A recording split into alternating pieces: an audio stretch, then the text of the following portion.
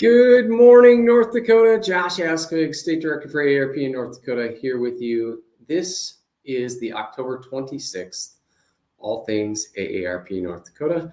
So great to be with you. We have a wonderful show today, a wonderful set of things we're going to talk about in our episode. First, we're going to talk about AARP in your community and talk about some outstanding volunteers doing excellent work across the state of North Dakota.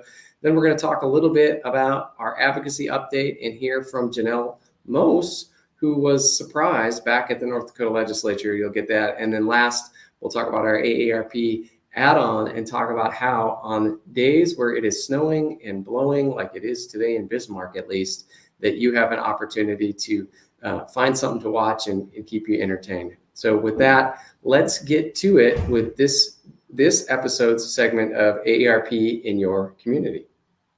And for our AARP in your community segment, we're going to talk about the Andrus Award for Outstanding Community Service. The Andrus Award for Outstanding Community Service is AARP's most prestigious and highest volunteer award that you can get. And yesterday and Tuesday, we had two volunteer recognition events where we said thank you to all of our volunteers. And then we had an opportunity to learn a little bit more about each of the four nominees this year and our recipient. And so we're going to roll the video that acknowledges those folks here.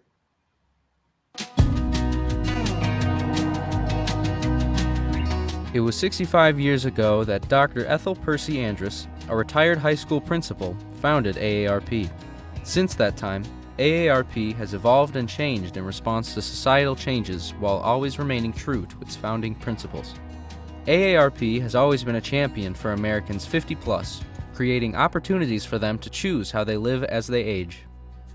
Our motto, to serve, not to be served, articulated by Dr. Andrus, speaks to everyone who works for AARP, both staff and volunteers. AARP volunteers are part of Dr. Andrus's Army of Useful Citizens. Our volunteers are committed to living their lives with dignity and purpose, committed to leaving the world better than they found it, committed to sharing their wisdom and to building a future where coming generations can thrive, dream, create, and live their fullest, best lives. And that's the spirit of the Andrus Award for Community Service, AARP's most prestigious and visible volunteer award. The award is given to just one person in every state each year, someone who shares their experience, talent, and skills, enriching their communities in ways consistent with AARP's purpose, vision, and commitment to volunteer service, and that inspire others to volunteer. The Andrus Award for Community Service acts as a symbol not only to our members, but people of all ages, that we can all work together for positive social change. This year, we received 4 nominations for the Andrus Award. Let's recognize each of the nominees and those who took the time to make the nominations. Amy Phillips of Fargo, nominated by Whitney Oxendahl. According to her nominator, Whitney Oxendahl, Phillips retired in 2022 and jumped into volunteering with the League of Women Voters. She first served as an election observer and then joined the organization's advocacy team to safeguard voting rights for North Dakotans. Phillips served an important role in the League's work on proof of citizenship to vote. Amy was key to our testimony and research on this issue. She reached out to the Long-Term Care Association because she knew that this issue would impact those living in our long-term care facilities, many of whom may not have the ID needed to prove citizenship. She was always bringing people in and went in depth with the research, Oxendahl says. Her nomination votes that Amy serves as not only a volunteer, but also a teacher and connector in her work protecting the right to vote. The organization benefited from Amy's writing and research skills and her strong point of view. She impacted communities across the state with her behind-the-scenes work. Amy treats volunteering like a professional position. If you ask, she is there, Oxendahl says. Judy Schulz of Gackle, nominated by Lindy Heflin. As the head of the Gackle Food Pantry, Judy Schulz keeps the organization running smoothly. She lines up volunteers to work in the pantry, schedules truck pickup and drop-offs, makes sure people are there to help unload the truck, unpack boxes, and put groceries away. According to her nominator, Lindy Heflin, Schulz goes above and beyond and never wants to be acknowledged or take credit for her effort. Heflin says that the work Schulz does makes it possible for community members and those from surrounding communities to shop without feeling like they are a burden or feeling bad about coming to a food pantry. Schulz manages the behind-the-scenes work as well. paperwork, records, ordering, and all the details that keep the pantry running smoothly. Her dedication has helped build a core group of volunteers who step up whenever she asks. According to Heflin, Schulz's commitment to ensuring no one goes hungry has been particularly important as prices of groceries and other essentials have risen recently. She has also been able to acquire diapers, toilet paper, or other household essentials to help ease the financial burden of families. Nominee Kathy Schwann, nominated by Ellen Schaefer, Mike, and Marilyn Warner. Kathy Schwann is described by her nominator Ellen Schaefer as an inspiration to other current and potential volunteers. She appears to always be on a search for something that she can do for someone else, not herself. From 2017 to 2023, Schwann served as the AARP North Dakota Volunteer State President. A strong advocate at the North Dakota Legislature over the years, in 2023 she testified on the high cost of prescription drugs, fraud, caregiving, and more. She leverages her personal experience and provides compelling insights that make you want to be on her side and join her in the fight. While her professional background is a factor in Schwann's effectiveness as a volunteer, Schaefer says, her personal attitude and beliefs are what define her, helping everyone around her in every way that she can. Schwann also volunteers at the Great Plains Food Bank in Fargo and works to bring innovative ideas to the West Fargo community. Recently appointed the AARP Regional Volunteer Director, Schwann will expand her advocacy for those 50+ to 11 states in the region she serves in this new volunteer role. Nominee Evert Van Engelenhoven, nominated by Jordan McCormick. Evert Van Engelenhoven established a furniture mission of the Red River Valley in 2019. In 2020, Furniture Mission of the Red River Valley provided 130 families with furniture. In the first half of 2023, 1,500 local families and individuals in crisis received more than 17,000 pieces of furniture. Furniture Mission of the Red River Valley's clients are rebuilding their lives, and many are older, including veterans transitioning from homeless to housed. Items like lift chairs, supportive beds, and other pieces that empower the active aging community are a focus. Many of our volunteers are seniors themselves and are especially helpful in encouraging our clients to consider these types of things when selecting the furniture they choose, says nominator Jordan McCormick. In addition to its primary mission, the organization is helping to make the community more sustainable as well. As furniture donation becomes less available, more of it ends up in landfills. Furniture Mission of the Red River Valley gives that furniture a second chance to add value to a family stepping into a new season of their lives, McCormick says. At age 81, Van Engelenhoven continues to serve as a volunteer and board president and regularly encourages people to spend their retirement years pursuing a purpose that adds value to their communities. McCormick notes he is truly a humble servant. We commend all these nominees for the volunteerism they provide in their communities. You are an inspiration and we're grateful for your efforts. And now we are pleased to announce this year's recipient. The recipient of the 2023 Andrus Award for Community Service is Evert Van Engelenhoven of West Fargo. A panel of past Andrus Award recipients and AARP North Dakota volunteer leaders selected Evert for his commitment and years of volunteer service in his community. Evert was nominated by his colleague, Jordan McCormick, who emphasized Evert's purpose-driven life and how he fully committed himself to filling a gap in the community. Now, let's hear directly from Evert and Jordan. My name is Jordan McCormick. I'm the Executive Director of Furniture Mission of the Red River Valley. You know, the work with Furniture Mission is so rewarding for so many reasons, but I think the first and biggest is that we get to make an immediate impact in the lives of local families who are starting over. We see an immediate impact with them, but we also, by the nature of our service, are impacting the referral agency that they're being sent from because we're supporting them as well. I've got to be in my role for 18 months now, and in that time I've got to know Evert as well as anyone can, and we work really closely together. And I know that I'm a better person for having known Evert, and I know just about everyone who's got to spend time with him would say the same. People should know that Evert is our #1 rule breaker. He is the most notorious person at Furniture Mission of the Red River Valley for taking a rule that maybe he made and coming back and saying, you know what, I know we decided this, but I broke it. And we always love it that he does, because he does it for all the right reasons. He's here to make a difference, and if he sees an opportunity to do so, he's gonna do it, and we love that about him. Everett deserves to be the recipient of the AARP Andrus Award because he leads with his heart and shows up with hands that are willing to serve every day. He never asks for recognition. He actually shies away from it. And he wants the people around him to receive the credit for the impact that we're all making. He's the guy who you want on your team because he's just going to show up and give and support and care so much. It's because of that he is a great fit to receive such a recognition. My name is Everett Van Engelenhoven, and I'm a retired insurance salesperson. I was an independent agent for 52 years in the Fargo-Moorhead area. I'm now kind of a full-time volunteer for the Furniture Mission. I don't really have a title other than I happen to be the president of the board of directors for the charity. Well, it got started about 3.5 years ago. I did some volunteer work for the Red Cross, and I was what they call a volunteer caseworker. I had a case of a young family in South Dakota that lost their home to a fire, lost their little boy in the fire also, and so I kind of took it to heart and did a lot of research as to how I could find some resources for this family, and ran into a similar operation to Furniture Mission in Sioux Falls, and we just found out that there really wasn't anything like this in the Fargo-Moorhead area. Got some good people together and went down there, took a look at their operation, and came up here and tried to duplicate it here.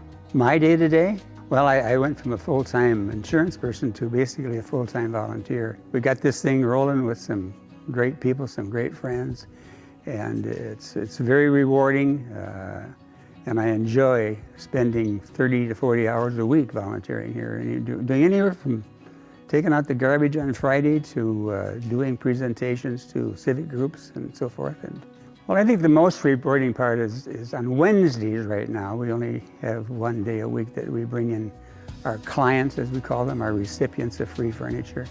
And when you see them come in, they're trying to improve their lives, and they all of a sudden realize that we're going to give them a whole house full of furniture, from bedroom to living room to kitchen.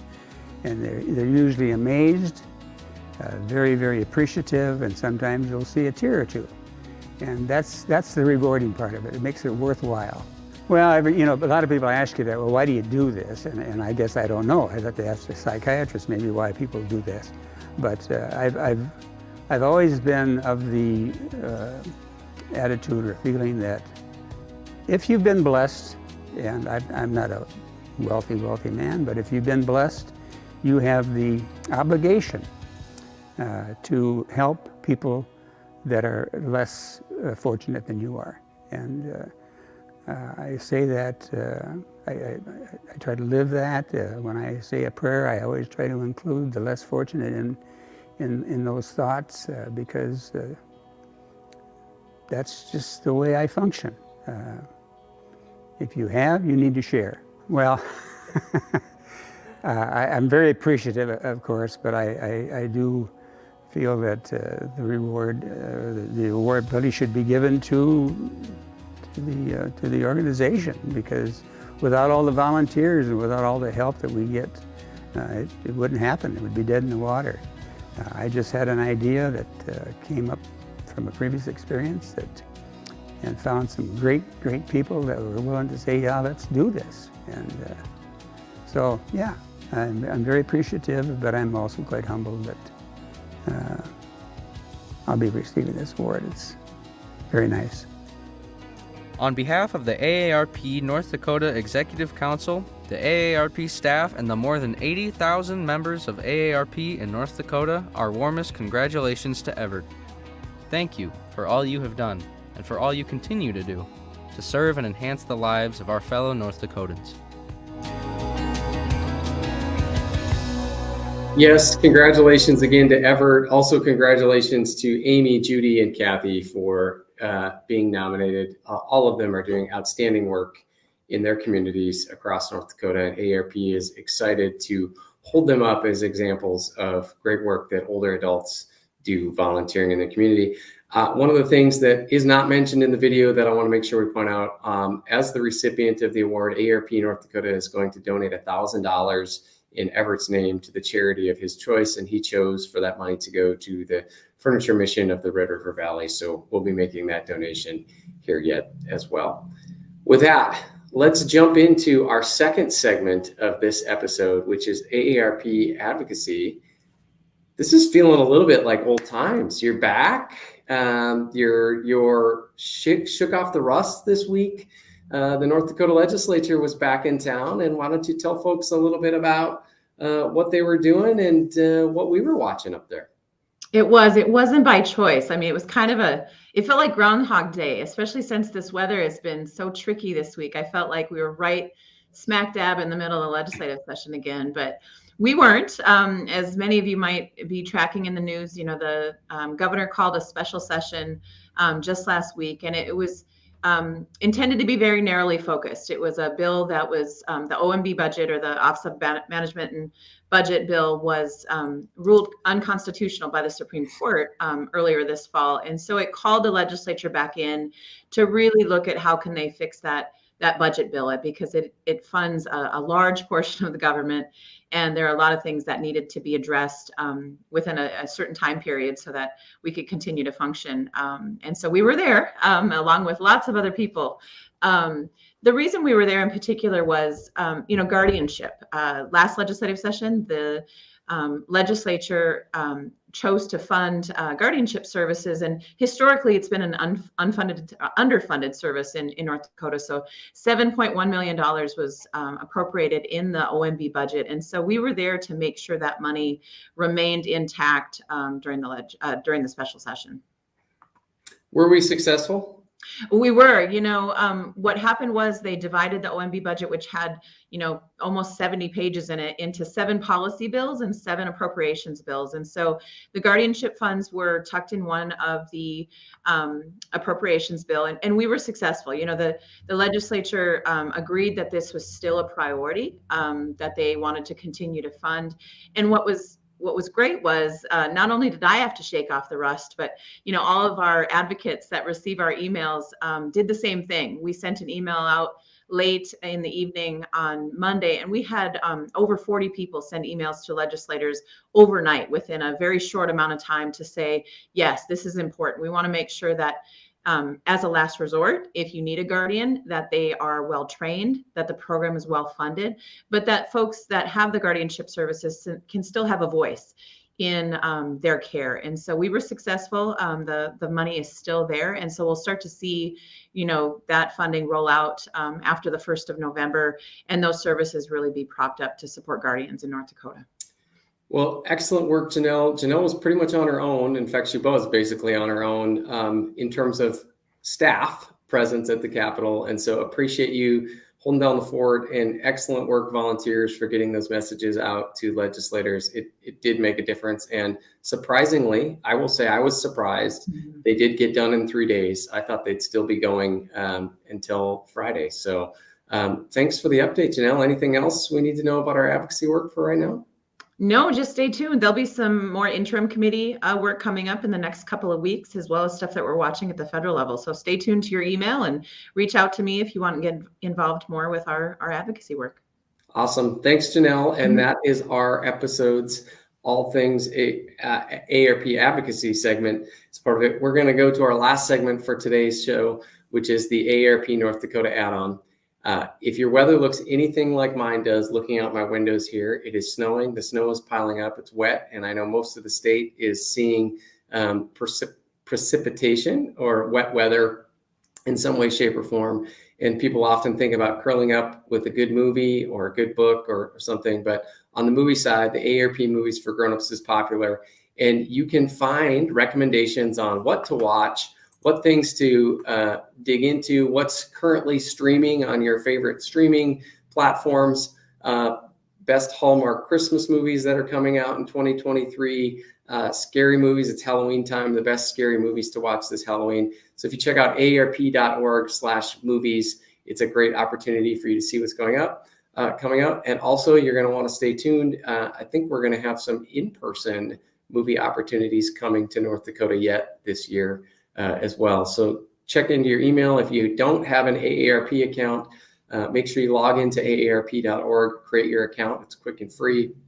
And once you do that, make sure you check to receive our emails so we know to get a hold of you when those things come out. With that, that's this week's episode of All Things AARP North Dakota. We'll be back on November 9th and be back talking about the other good work that you as volunteers and we're trying to help lift up your voices about. So thanks for having us. Have a great rest of your day and stay warm and safe out there. Bye.